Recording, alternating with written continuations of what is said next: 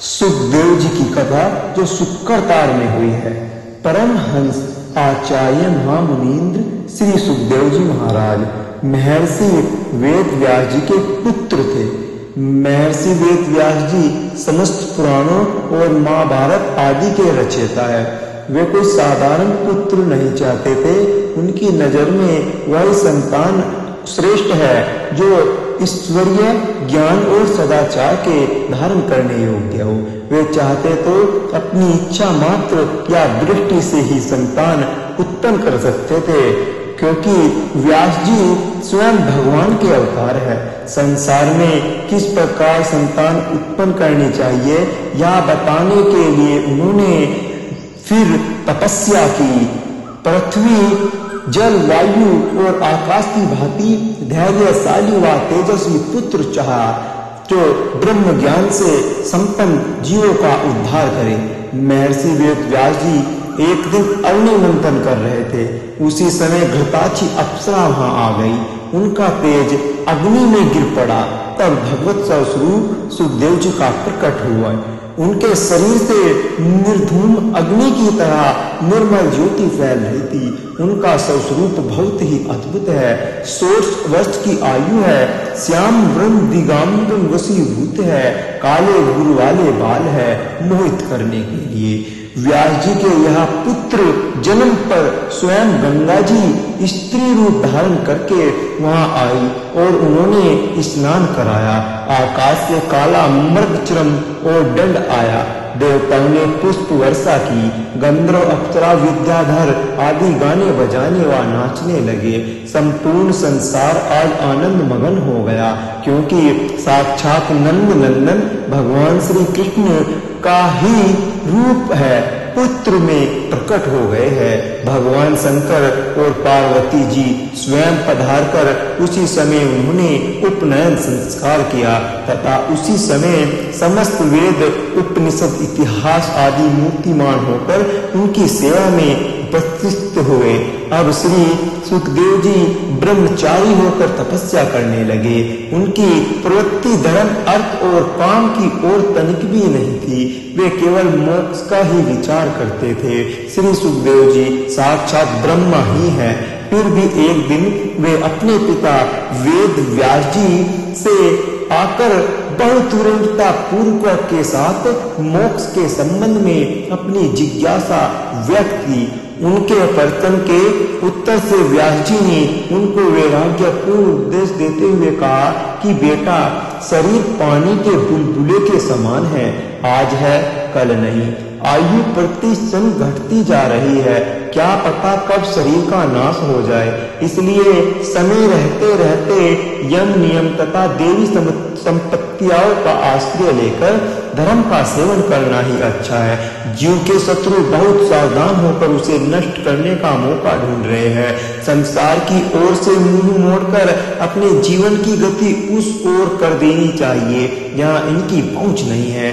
संसार में वैदिक मार्ग पर चलकर धर्म का सेवन करने वाले, परम तत्व की उपलब्धि करने वाले महात्मा ही सुखी है।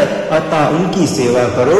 विमुख लोगों की संगति न करके वास्तविक शांति प्राप्त करने का उपाय जानकर उस मार्ग पर चलना ही श्रेयस है। पुत्र, परमात्मा तुम्हारा सहायक है। वह तुम्हारी इच्छा और सच्चाई को जानता है। व्यास जी कहने लगे, पुत्र, मैं तुम्हारे तत्व ज्ञान प्राप्त करने के अधिकार को जानता हूँ। अब तुम मिथिला नरेश जनक जी के पास जाओ। सुखदेव जी स्वयं ब्रह्म ज्ञान से संपन्न ही हैं, फिर भी पिता की आज्ञा मानते हुए वे जिज्ञासु भाव से मिथिला नरेश के पास पहुँचे। कथा आती है कि उनके तितिक्षा के भाव को परखा गया, लेकिन सबसे परमात्मा का दर्शन करने इतर ब्रह्मा में गोते लगाने वाले ठहरे। महाराज जनक ने उनकी पूजा अर्चना की और कहा कि जो सत्य गुण ब्रह्म संपन्न महापुरुष में होना चाहिए वे सभी तो आप में प्रत्यक्ष दिख रहे हैं। आप विषयों से परे स्थिर बुद्धि और विज्ञान प्राप्त हो तुम ब्रह्मा में स्थित हो, या तक कि आप स्वयं ब्रह्मा हो। और मैं क्या कहूँ, जनक जी से विदा लेकर श्री सुखदेव जी आनंदित होकर लौट आए सुखकरताल में। पूजित श्री सुखदेव जी ही भूतल पर आचार्य रूप में प्रकट हुए हैं। वे श्रेयातक ब्रह्म स्वरूप है। वे श्री सुखदेव जी राजश्री परीक्षित को भागवत सप्ताह सुनाकर परम पद का अधिकारी बनाया। श्री सुखदेव जी का विरक्तिपूर्ण जीवन 1 महीने आदर्श है। वे केवल गाय दुहने के जितने समय तक ही एक स्थान पर ठहरते थे। उन्होंने व्यास जी द्वारा प्रेरित भागवत जी के 10वें स्कंद के श्लोकों को सुनकर और उनसे सींचकर समस्त भागवत श्लोकों का अध्ययन किया और उन्होंने ही गुनगुनाया। राजश्री परीक्षित द्वारा गंगा घाट पर 88,000 ऋषियों के समक्ष प्राणी मात्र के कल्याण के लिए दर्शन करना और वहीं श्री सुखदेव जी का प्रकट होकर उन्हें कल्याण के निमित्त भागवत कथा सुनाना। उनकी ऋषियों के साथ परीक्षित और उनके माध्यम से हम सब पर विशेष कृपा ही है। जिन श्री सुखदेव जी की गंगा तट पर प्रकट होने के समय बड़े बड़े ऋषि महर्षि जो आयु में बहुत बड़े और त्रिकाल यज्ञ थे, उनका उठकर श्री सुखदेव जी को प्रणाम करना इस बात का प्रणाम है कि वे साक्षात ब्रह्म है। वे मायातीत है। जगत के उद्धार के लिए ही उन्होंने भागवत धर्म का निरूपण करते हुए भगवान की लीलाएं गाताएं सुनाई और जो सदा सेव्य है, सबके लिए जन्म लेने जैसी और भी कई कथाएं कल्प में प्रचलित है।